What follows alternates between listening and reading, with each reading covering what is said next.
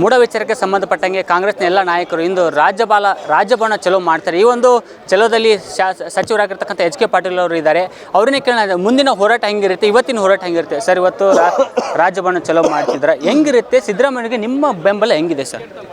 ನೋಡಿ, ನಮ್ಮ ಪಕ್ಷದ ಎಲ್ಲ ಶಾಸಕರು, ಎಲ್ಲ ಮಂತ್ರಿಗಳು, ಪಕ್ಷ ಹೈಕಮಾಂಡ್ ಕಾರ್ಯಕರ್ತರನ್ನೊಳಗೊಂಡು ನಾವು ಈ ಪ್ರಕರಣದಲ್ಲಿ ಮಾನ್ಯ ಸಿದ್ದರಾಮಯ್ಯನವರ ಸರ್ಕಾರವನ್ನು, ನಮ್ಮ ಕಾಂಗ್ರೆಸ್ ಪಕ್ಷದ ಸರ್ಕಾರವನ್ನು ಏನು ಅಭದ್ರಗೊಳಿಸುವಂಥ ಪ್ರಯತ್ನ ನಡೆದಿದೆ, ಆ ಪ್ರಯತ್ನದ ವಿರುದ್ಧ ಒಕ್ಕಟ್ಟಾಗಿ ಹೋರಾಟ ಮಾಡ್ತಾಯಿದ್ದೇವೆ.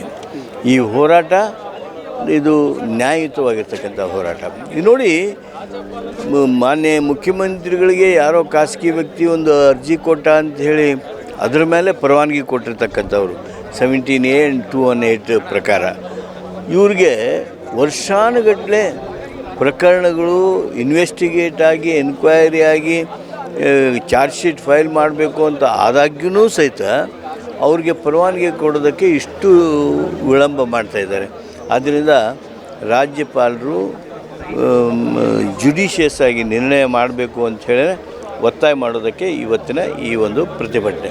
ಸರ್, ಅಂದರೆ ಈಗ BJPಯವರು ಹಿಂಬದಿ ಸರ್ಕಾರ ಮಾಡೋಕ್ಕೆ ಪ್ರಯತ್ನ ಮಾಡ್ತಿದ್ದಾರೆ. ಅಲ್ಲಿ BJP ಅಸ್ತಿತ್ವದಲ್ಲಿ ಇಲ್ಲ, ಅಲ್ಲಿ ಈ ಥರ ರಾಜ್ಯಭವನ ಬಳಸಿ ಈ ಥರ ಮಾಡ್ಕೋತಿದ್ದಾರೆ, ಒಂದು ನಿಮ್ಮ ಆರೋಪಗಳು. ಆದರೆ BJPಯವರು ಹೇಳ್ತಾರೆ ಇಲ್ಲ, ಇದು ಕಾಂಗ್ರೆಸ್ನವರು ಹಗರಣ ಮಾಡ್ತಿದ್ದಾರೆ ರಾಜ್ಯದಲ್ಲಿ ಅಂದ್ಬಿಟ್ಟು. ಏನಿದೆ ಹಗರಣ?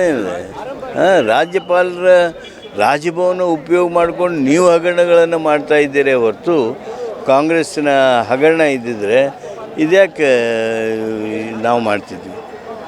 ಈಗ ಸಾರ್ವಜನಿಕರು ಸಹ ಹೇಳ್ತಾರೆ, ರಾಜ್ಯದಲ್ಲಿ ವಿಚಾರ ಮಾಡೋಕ್ಕೆ, ಇಂಥ ವಿಚಾರಗಳು ಚರ್ಚೆ ಮಾಡೋಕ್ಕೆ ಸಾಕಷ್ಟು ವಿಚಾರಗಳಿದೆ. ಅದನ್ನು ಬಿಟ್ಟು ಈಗ ರಾಜಕೀಯ ನಾಯಕರು BJP ಆಗಲಿ ಕಾಂಗ್ರೆಸ್ ಆಗಲಿ ಮೂಢ ವಿಚಾರ ಆಗಿರ್ಬೋದು, ಈ ಅಂದರೆ ಚಲೋದಿ ನಾರಾಯಣ ಸ್ವಾಮಿ ಅಕ್ರಮ ಸೈಟ್ ವಿಚಾರ, ಇಂಥ ವಿಚಾರಗಳು ಮಾಡ್ತೀವಿ. ಇದು ರಾಜ್ಯದ ಮಾನ ಮರ್ಯಾದೆ ರಾಷ್ಟ್ರ ಮಟ್ಟದಲ್ಲಿ ಹೋಗ್ತಿದೆ ಅಂದ್ಬಿಟ್ಟು ಸಾರ್ವಜನಿಕರು ಸಹ ಒಂದು ಆಕ್ರೋಶ ವ್ಯಕ್ತಪಡಿಸಿದೆ. ಅನವಶ್ಯಕ ರಾಜಕೀಯ ಹಾಗೂ ನಮ್ಮ ಪಕ್ಷದ ಮೇಲೆ ಕಲಂಕ ಹಚ್ಚೋದಕ್ಕೆ ಇವತ್ತು ಬೇರೆ ಬೇರೆ ಶಕ್ತಿಗಳು ಪ್ರಯತ್ನ ಮಾಡ್ತವೆ. ಈ ಷಡ್ಯಂತ್ರವನ್ನು ನಾವು ಎದುರಿಸ್ತೇವೆ.